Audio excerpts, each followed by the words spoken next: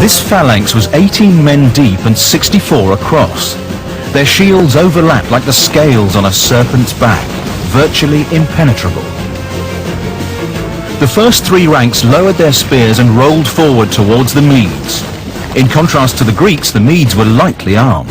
They carried light wickerwork shields and spears. Before they advanced, the Mede archers fired a volley into the phalanx.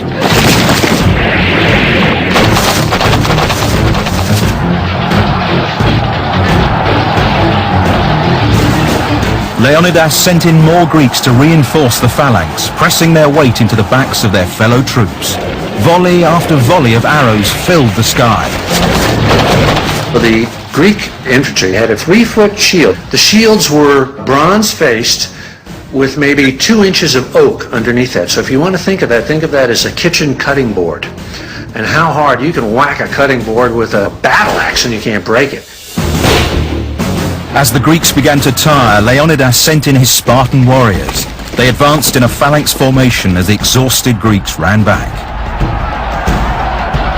As they would advance, they would be talking to each other and inspiring each other, encouraging each other to advance while these other people are advancing towards you. I mean, as each step got closer and closer, the terror must have been unbelievable. The highly trained Spartans slaughtered all in front of them. The Medes saw that their own weapons were useless and in desperation began grabbing at the Spartan spears. Now the Spartans drew the xiphos and the real butchery began.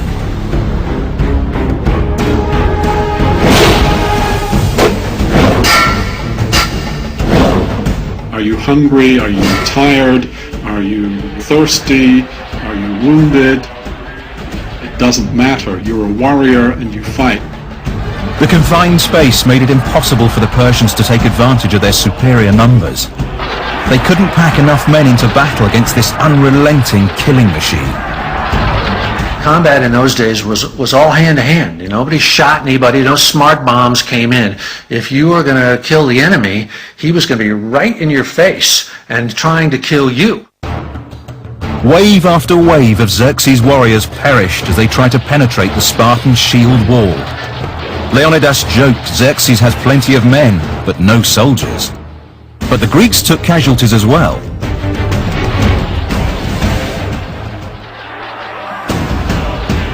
As the battle moved into the second day, the Persians could make no headway. They were simply not prepared for this kind of fighting, far removed from the wide open plains of the east, where cavalry, chariots and light infantry could decide the outcome.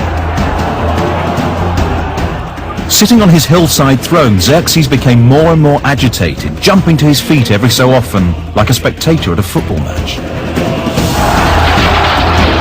Xerxes just said, hey, you guys go out there and take that pass, kick these guys out of the way. And these lightly armed Medes went up against the heavily armed Greeks, and the heavily armed Greeks kicked their butt.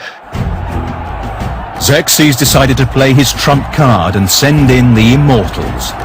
There might have been hundreds of thousands of soldiers on the battlefield, but now the combat was between two fighting elites. 10,000 Persian immortals against what remained of 300 Spartans.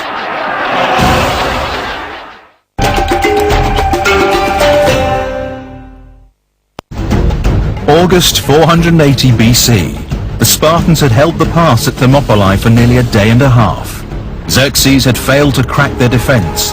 Now he sent in his own personal guard, the Immortals. They were a terrifying sight. They carried bows, spears and short daggers.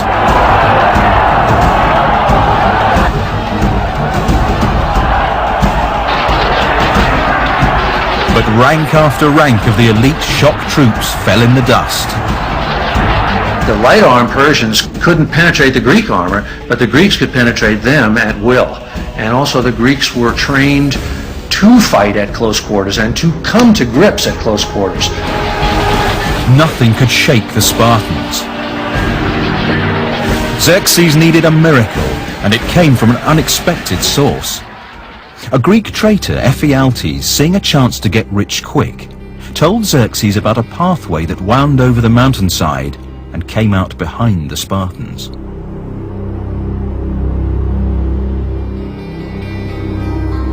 The name Ephialtes has entered the modern Greek language. It means nightmare in modern Greek. Ephialtes is today a nightmare.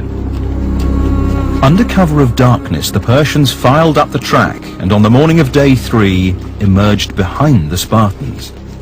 Leonidas had been outflanked. He knew this would be his last battle. To avoid unnecessary casualties, he sent most of the Greek army home. The Spartans, alongside their Theban and Thespian allies, would fight to the death.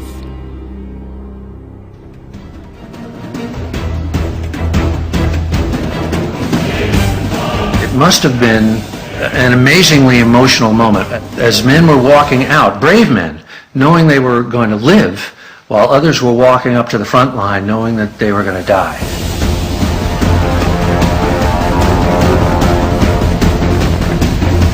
One of the Greeks had warned that the Persians had so many archers that their arrows would blot out the sun. Well, said the Spartan Dionysius, we will fight in the shade.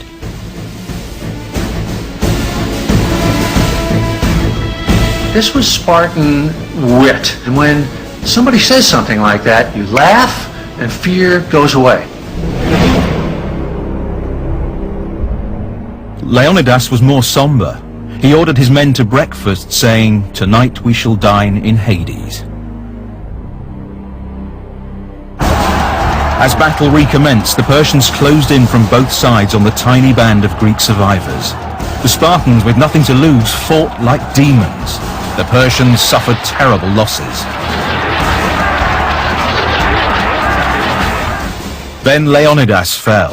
His Spartan soldiers rushed forward to save his body from capture and mutilation.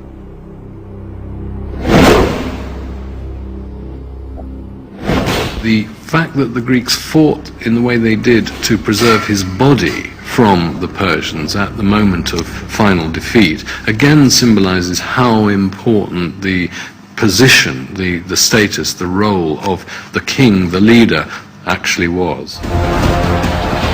Xerxes had tried to fight soldier to soldier in the honorable tradition of his Persian ancestors, but he couldn't break the Spartans. He had lost nearly 10,000 men, including 2 of his own brothers. He decided to withdraw his troops. He would finish the Spartans off at a safe distance with arrows. The Spartans regarded the bow as a weapon for cowards because it killed from a distance. Thousands of arrows rained down on the broken Spartans until not one was left standing. They were finished off by the weapons they despised most.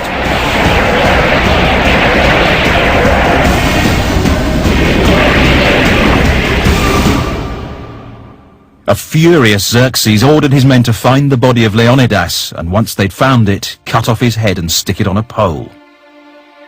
The Spartan king had made him pay a terrible price for victory at Thermopylae. 10,000 casualties was a drop in the bucket from such a vast force. But it was a blow to Xerxes and the morale of his army.